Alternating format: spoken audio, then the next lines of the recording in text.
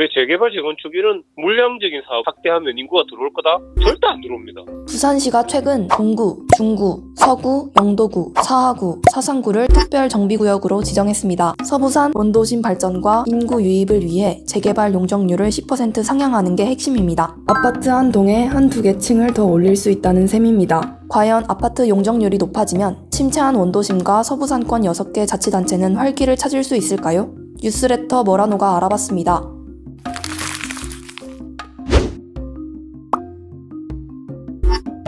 2019년 오거돈 전 부산시장은 주거지 기준 용적률을 하향합니다. 고층 개발을 억제해 도시 경관을 보호하고 난개발을 방지하기 위해서입니다. 아울러 과거 용적률 인센티브를 과도하게 부여해 도심이 과밀화됐다면서 인센티브 총량제를 도입하기도 했습니다. 모두 개발 밀도를 조절하기 위한 정책입니다. 하지만 박형준 시장의 정책은 정반대입니다. 박 시장은 4.7 보궐선거 공약인 재개발, 재건축 활성화를 위해 각종 규제를 완화하려고 합니다. 특별정비구역 지정도 이러한 움직임 중 하나입니다.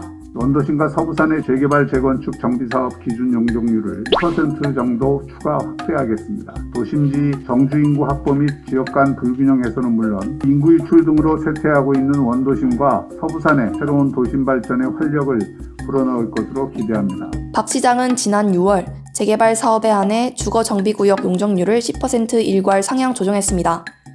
그리고 최근 10년간 평균 인구 감소율이 10%를 초과한 6개 구를 특별정비구역으로 지정해 재개발은 물론 재건축 사업장 용적률도 추가로 10% 상향합니다. 특별정비구역으로 지정된 재개발, 재건축 구역은 6개월 새 용적률이 20%나 상향된 셈입니다. 뿐만 아니라 부산시 도시계획위원회와 경관위원회도 통합합니다. 각각의 심의 과정을 하나로 합쳐 건축 인허가 절차를 간소화하겠다는 의도입니다. 반면 과도한 규제 완화가 난개발을 부추기는 것은 물론 민간 사업자 배만 불릴 수 있다는 비판도 있습니다.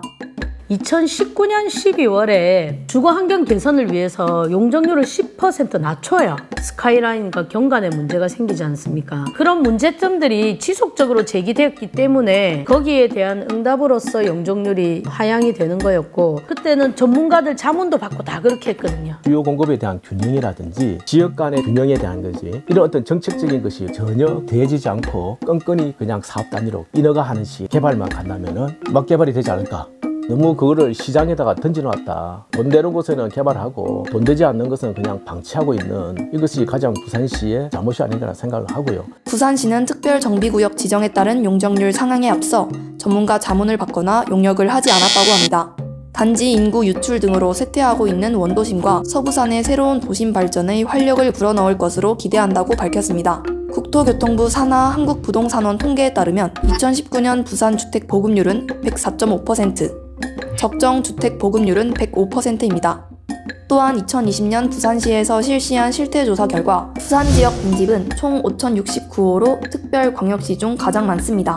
공급이 불안정하거나 부족한 건 아니다. 분배의 문제일 수 있는 거예요. 특정한 계층이 부족하고 특정 지역이 부족할 수 있는 거죠. 다양한 주택 정책을 펴야 함에도 불구하고 이 문제를 해결하려는 게 큰 문제라고 생각을 하거든요. 인구 이동과 관련해서는 대부분은 자기 동네에서 이사를 다니거든요. 일자리가 아니라 아파트 중심으로 해서 주거지를 더 확충한다 그래서 인구가 온다라는 건 그냥 서부상권 내에서 움직이는 겁니다. 해운대 사시던 분들이 글로 들어가는 거는 아니거든요. 개인적으로는 서부상권 원도심 발전에 긍정적인 영향을 줄 거라고는 생각하지는 않습니다. 재개발과 재건축 용적률을 상향해서라도 개발을 촉진해야 할 지역은 분명히 있습니다.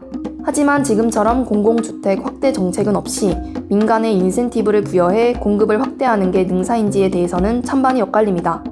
부산시 인구가 매년 감소하는데 재개발, 재건축을 활성화한다고 해서 정주 인구 증가와 지역 간 불균형이 해소될지도 의문입니다. 이렇게 인구가 축소되는 측면에서는 인구 증가가 사실 거의 불가능해요. 나눠 먹기 게임 하고 있는 거거든요. 기업들이나 일자리라든지 뭐 이런 문제를 적극적으로 달라들어서 그런 부분을 개선해야죠. 왜 재개발, 재건축 이런 물량적인 사업 확대하면 인구가 들어올 거다? 절대 안 들어옵니다. 이번에 혁신도시 한 것도 있잖아요. 부작용이 뭐였냐면 그 옆에 있는 도시들 인구를 빼간 결과로밖에 안 나타나는 것도 많았거든요. 그래서 이 부분을 좀 고민을 좀 더 해야 됩니다.